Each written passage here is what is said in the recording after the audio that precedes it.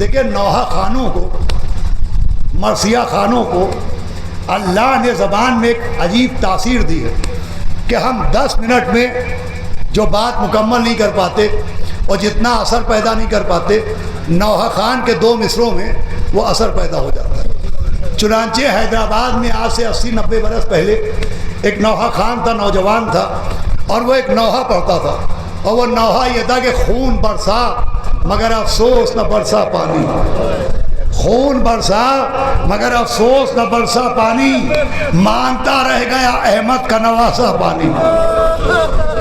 اللہ نے زبان میں عجب تاثیر دی تھی۔ ادھر نوحہ پڑھا ادھر کوہرام برپا ہو گیا، ادھر نوحہ پڑھا ادھر مجمع تڑپ تڑپ کے رونے لگا۔ اور یہ نوحہ حیدرآباد کے ایک صاحب دولت تھے، رئیس تھے، کرمانی صاحب، ان کو بہت پسند تھا۔ جب بھی وہ لڑکا نظر آتا تھا، کرمانی صاحب اس سے کہتے تھے بیٹا جائیے نوحہ پڑھ دو، اور وہ نوحہ پڑھ دیتا تھا۔ اس لڑکے کی بہن کی ہونے والی تھی شادی، یہ تھا غریب، یہ پہنچا کرمانی صاحب کے پاس اور کہا کہ بھائی میری بہن کی شادی ہے، آپ کچھ قرض دے دیجئے، محنت کر کے میں واپس کر دوں گا۔ انہوں نے ضرورت سے زیادہ دیا اور کہا اسے قرض نہ سمجھنا، میری طرف سے اپنی بہن کے لیے تحفہ سمجھنا، بس اگر تم ادا کرنا چاہتے ہو تو میری ایک وصیت ہے جس پہ عمل کر دینا۔ کہ وصیت کیا ہے؟ کہ وصیت یہ ہے کہ جب مجھے قبر میں لٹا دیا جائے تو تم قبر میں اترنا اور قبر میں اتر کے یہ نوحہ پڑھنا کہ خون برسا مگر افسوس نہ برسا پانی، مانگتا رہ گیا احمد کا نواسا۔ ماشاءاللہ ایک نوحہ خان کے احسان ثواب کی مجلس ہے۔ لیجئے کرمانی صاحب نے وصیت کی، 2-3 سال گزرے، کرمانی صاحب کا انتقال ہو گیا، تدفین ہو رہی تھی، ان نوحہ خان کو معلوم ہوا، یہ بھی قبرستان پہنچے۔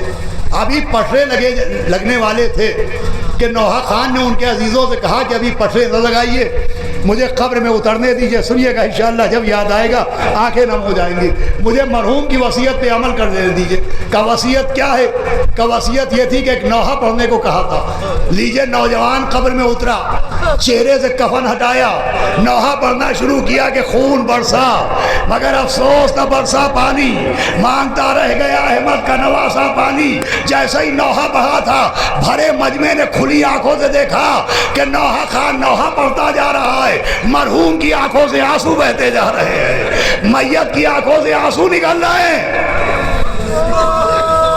بس 2 منٹ مل لیتا ہوں۔ اب سارا مجمع حیرت میں کہ بھئی جس کے انتقال کو 8-10 گھنٹے گزر چکے ہوں، نہ اس کے جسم سے پسینہ نکل سکتا ہے اور نہ آنکھوں سے آنسو نکل سکتے۔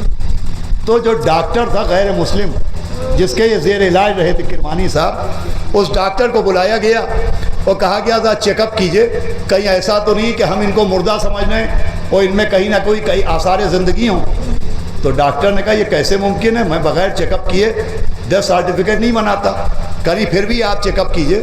اس نے چیک کیا اور کہا نہیں ان میں کوئی آثار زندگی نہیں ہے۔ تم لوگ کیوں کہہ رہے ہو؟ تو لوگوں نے بتایا کہ ابھی ہم لوگوں نے دیکھا تھا کہ ان کی آنکھ سے آنسو بہ رہے تھے۔ اس ڈاکٹر نے کہا امپاسبل، ناممکن، یہ ہو ہی نہیں سکتا۔ تو کہا بھئی ایک آدمی نے دیکھا ہوتا تو آنکھوں کا دھوکہ، 2 نے دیکھا ہوتا تو آنکھیں کمزور، مگر جتنا مجمع موجود ہے اس سب نے اپنی آنکھوں سے دیکھا تھا۔ ڈاکٹر نے کہا تھا ہوا کیا تھا؟ تو بتایا گیا کہ بھئی ہمارے کیا ایک نوحہ پڑھا جاتا ہے، زہرا کے لال کی مصیبتوں کا ذکر کیا جاتا ہے، اس نوجوان نے وہ پڑھا تھا۔ ڈاکٹر سوچتا رہا، پھر اس نوجوان سے کہا کہ بیٹا ایک بار پھر پڑھو۔ وہ نوحہ خان اترا بمجلس تمام اور پھر سے نوحہ پڑھا کہ خون برسا مگر افسوس نہ برسا پانی، مانگتا رہ گیا احمد کا نواسا پانی۔ اس ڈاکٹر نے بھی دیکھا کہ آنکھوں سے، میت کی آنکھوں سے آنسو بہ رہے ہیں۔ ڈاکٹر خاموش رہا، پھر کہا بھئی ہماری سائنس کوئی جواب نہیں دے سکتی، لیکن میں بھی مذہبی آدمی ہوں، میرے دل کا یقین کہہ رہا ہے کہ یہ لڑکا جو یہ پڑھ رہا ہے تو اس کے پڑھنے میں کچھ ایسا درد ہے کہ شاید مرنے والے کی روح بدن میں آتی ہے، یہ سن کے چلی جاتی ہے۔ میں ایک سوال کر کے مجلس کو تمام کر رہا ہوں، عزاداروں ہاتھ جوڑ کے پوچھتا ہوں، مجھے بتائیے جب ایک عزادار حسین غم حسین میں اتنا تڑپتا ہے تو ہائے وہ ماں جس نے حسین کو چکی پیس کے پالا ہو، ہائے وہ بہن جو در خیمہ سے دیکھ رہی ہے کہ او بسر ساتھ، ارے میرا